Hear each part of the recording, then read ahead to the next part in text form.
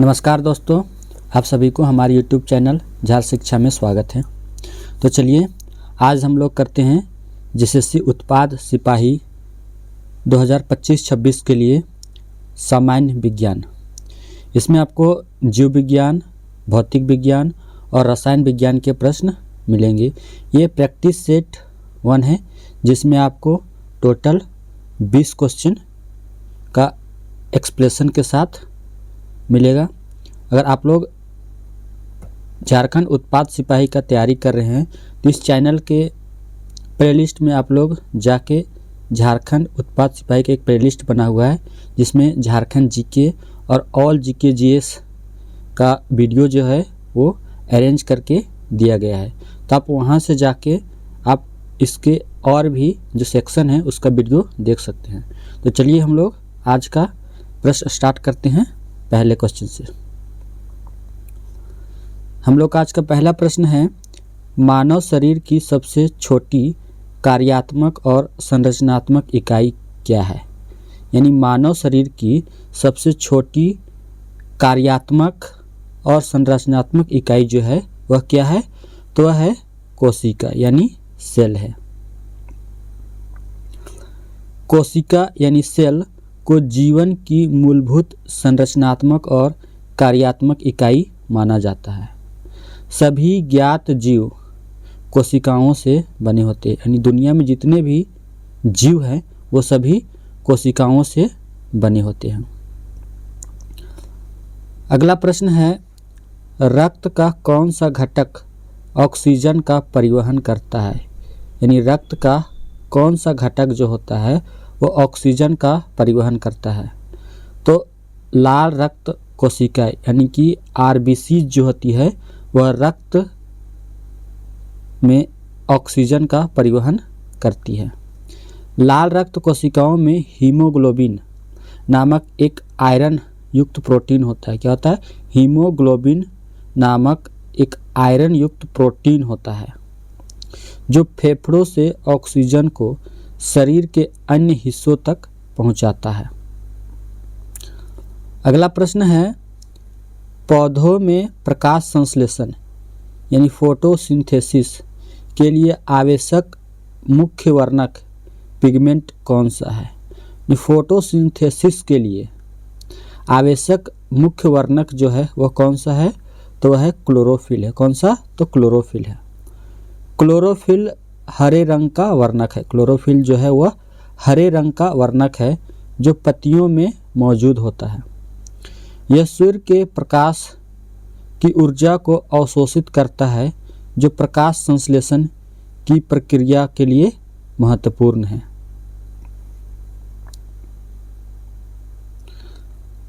अगला प्रश्न है, विटामिन सी का रासायनिक नाम क्या है?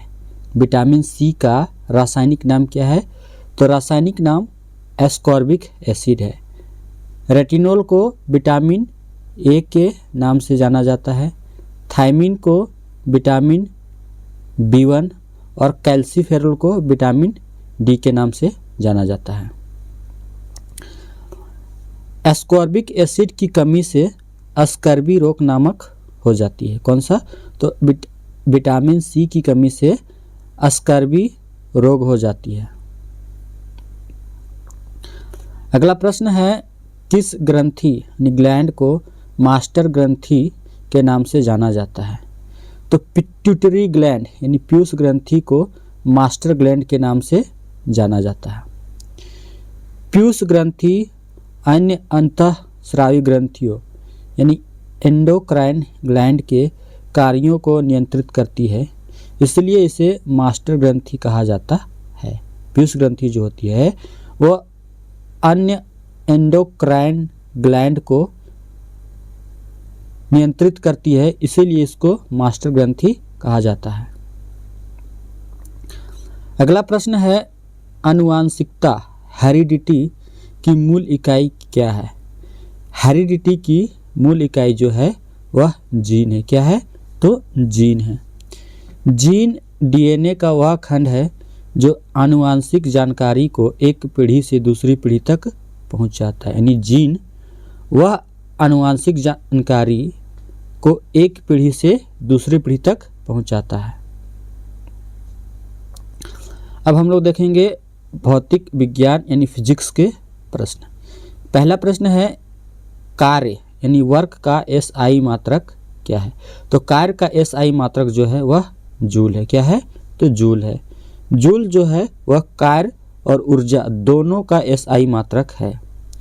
न्यूटन जो होता है वह बल का एसआई मात्रक, वाट शक्ति का और पास्कल दाब का एसआई मात्रक होता है। अगला प्रश्न है ध्वनि की तीव्रता इंटेंसिटी ऑफ साउंड को मापने के लिए किस इकाई का उपयोग किया जाता है। ध्वनि की तीव्रता मापने के लिए किस इकाई का उपयोग किया जाता है? तो इसको डेसिबल से मापा जाता है।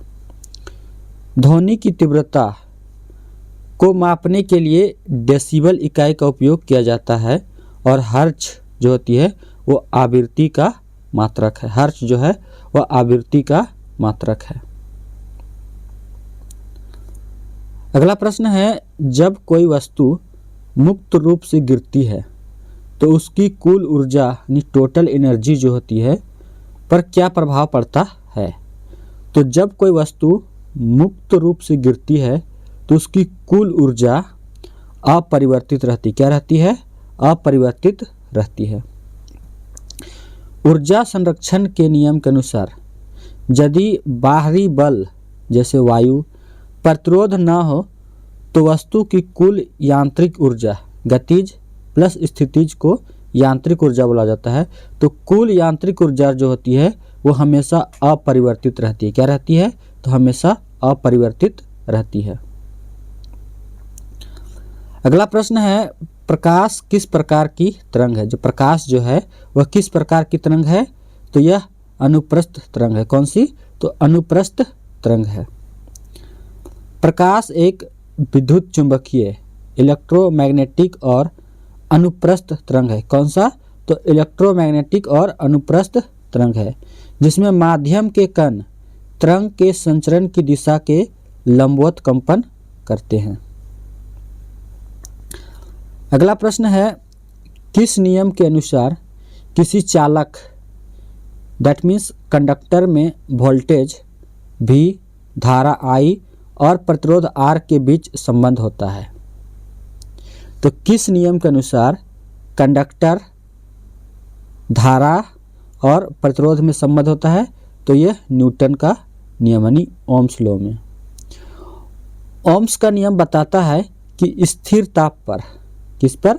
तो स्थिर ताप पर किसी चालक के सिरों के बीच का विभवांतर यानी वोल्ट उसमें प्रवाहित होने वाली धारा यानी करंट के समानुपाती होता है। यानी V = IR। क्या होता है? जो वोल्टेज होता है वह समानुपाती होता है किसके? करंट के।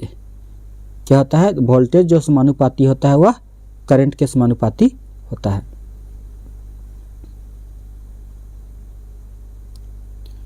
अगला प्रश्न है उत्तल लेंस यानी कॉन्वेक्स लेंस का उपयोग किस दृष्टि दोष को ठीक करने के लिए किया जाता है।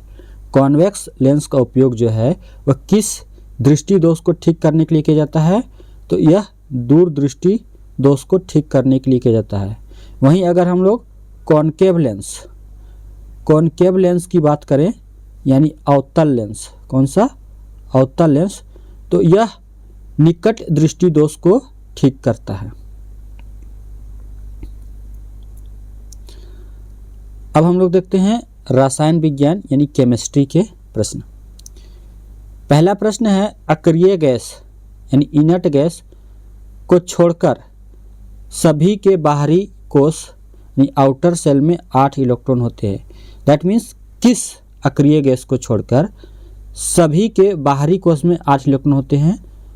तो हीलियम को छोड़कर सभी इनर्ट गैस के बाहरी कोश में 8 इलेक्ट्रॉन होते हैं क्योंकि हीलियम का जो एटॉमिक नंबर होता है यानी परमाणु संख्या होता है वह 2 होता है।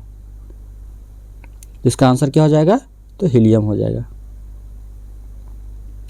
जैसे हीलियम के बाहरी कोश में केवल 2 इलेक्ट्रॉन होते हैं जबकि अन्य सभी जैसे नियोन, आर्गन, क्रिप्टन और जेनन के बाहरी कोश में 8 इलेक्ट्रॉन होते हैं। अगला प्रश्न है साधारण नमक यानी कॉमन सॉल्ट जो हम लोग घरों में यूज करते हैं का रासायनिक नाम क्या है? तो कॉमन सॉल्ट इसका फॉर्मूला जो होता है NaCl होता है। इसका रासायनिक नाम सोडियम क्लोराइड है। क्या है? तो सोडियम क्लोराइड है। अगला प्रश्न है सिरका जिसको विनेगर बोला जाता है में मुख्य रूप से कौन सा अम्ल मौजूद होता है? यानी सिरका में कौन सा अम्ल मौजूद होता है? तो इसमें एसिटिक अम्ल मौजूद होता है जिसका फॉर्मूला होता है CH3COOH। क्या होता है? CH3COOH होता है। सिरका में जल लगभग 5 से 8% एसिटिक अम्ल का घोल होता है। यानी सिरका जो होता है वो जल में लगभग 5 से 8% जो घोल होता है उसी को एसिटिक अम्ल कहा जाता है।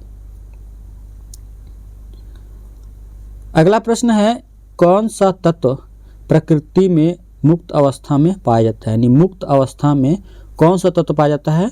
तो गोल्ड यानी सोना जो होता है वो प्रकृति में मुक्त अवस्था में पाया जाता है।